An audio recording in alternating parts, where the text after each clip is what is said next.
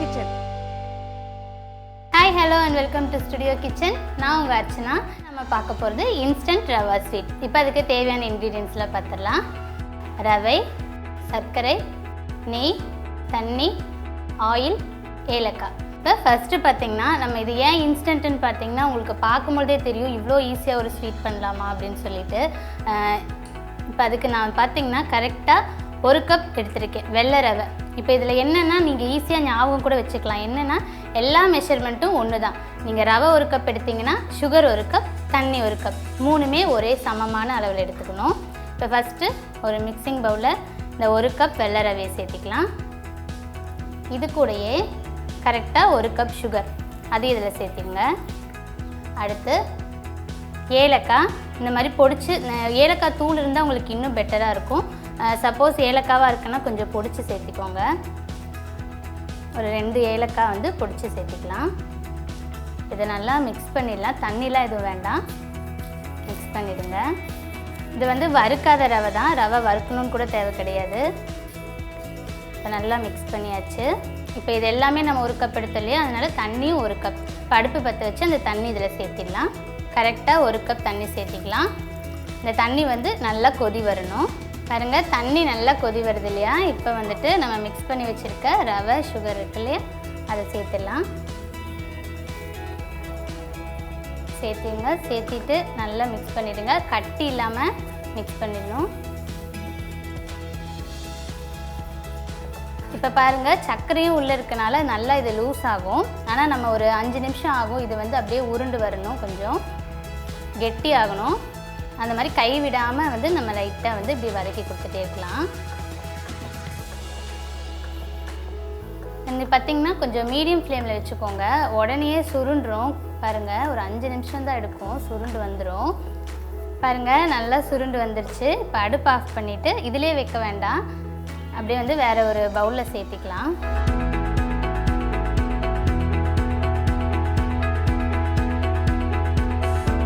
இப்போ எடுத்து வேறு மிக்சிங் பவுலில் கொட்டிட்டோம். இது வந்து கை பொறுக்கிற சூடு அளவுக்கு ஆறட்டும். இப்போ பாருங்கள், நல்லா ஆறிடுச்சு. நல்லா தொட முடியுது. ஃபுல்லாக ஆறலை, ஆனால் கை பொறுக்கிற சூடு. இதில் வந்துட்டு ஒரு ஸ்பூனுக்கு நெய் சேர்த்திக்கலாம். நெய் சேர்த்திட்டு இதை நல்லா வந்துட்டு ஒரு தடவை பிசைஞ்சு எடுத்துடலாம். உங்களுக்கு ஆறிடுச்சுன்னா பார்த்திங்கன்னா இன்னுமே கொஞ்சம் டைட் ஆயிரும். நல்லா ஒன்று சேர்த்து பிசைஞ்சாச்சு. இப்போ இதையே சின்ன சின்ன பால்ஸாக போட்டுக்கலாம். நீங்கள் வந்து இப்படி மொத்தமாக வந்து சப்பாத்தி மாதிரி திரட்டிட்டு ஏதாச்சும் ஒரு கேப் இருந்தால் அந்த மாதிரி கூட நீங்கள் ஷேப் பண்ணிக்கலாம். இல்லை இப்படி பால்ஸ் கூட பிடிச்சிக்கலாம். உங்களுக்கு எது ஈஸியாக இருக்கோ அது மாதிரி பண்ணிக்கோங்க. அது பால்ஸ் பிடிச்சிட்டு இந்த இடம் இருக்குல்ல, இந்த இடத்துல வச்சு ஒரே ஒரு ப்ரெஸ் கொடுங்க. அவ்வளோதான். ஒரு பட்டன் மாதிரி இந்த மாதிரி இருக்கணும். இது மாதிரி எல்லாத்தையுமே நம்ம பண்ணி எடுத்துடலாம்.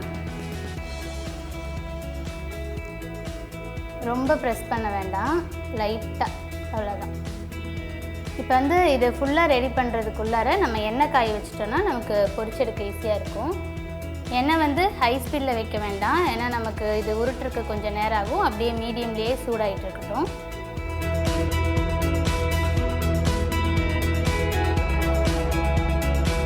பாருங்கள், இந்த மாதிரி ரெடி பண்ணியாச்சு. இப்போ நம்ம எண்ணெய் கரெக்டாக ஒரு மீடியம் ஹீட்டில் இருக்குது, அதை சேர்த்திடலாம். ஹையில் வச்சு பொரிச்சிட வேண்டாம், அப்படியே மீடியம் ஹீட்லேயே வந்துட்டு பொரிங்க. ஒரு சைடு வெந்ததும் அப்படியே திருப்பி போட்டு பொரிக்கலாம். அதே மாதிரி போட்ட உடனே மிக்ஸ் பண்ணிடாதீங்க, கரண்டி எதுவும் விட்டுறாதீங்க. விட்டுருங்க, ஒரு 30-40 செகண்ட் விட்டுருங்க. அதுக்கப்புறமா கரண்டி போட்டால் போதும்.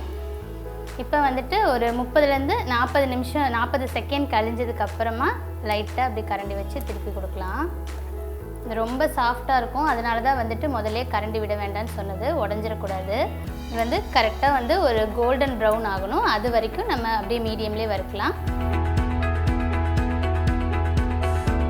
பாருங்கள், சூப்பராக பாருங்கள் ரெடி ஆயிடுச்சு. இந்த மாதிரி கோல்டன் ப்ரௌன் ஆகணும். இப்போ நம்ம எண்ணெயிலேருந்து எடுத்துடலாம். இது வந்துட்டு நீங்கள் 2 நாள் வரைக்கும் வச்சு சாப்பிட்லாம், கெட்டு போகாது.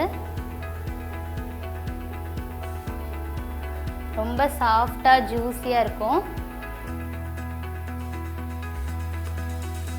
ஜூஸி அண்ட் டேஸ்டியான இன்ஸ்டன்ட் ரவா ஸ்வீட் ரெடி ஆயிடுச்சு. கண்டிப்பாக ட்ரை பண்ணி பாருங்கள்.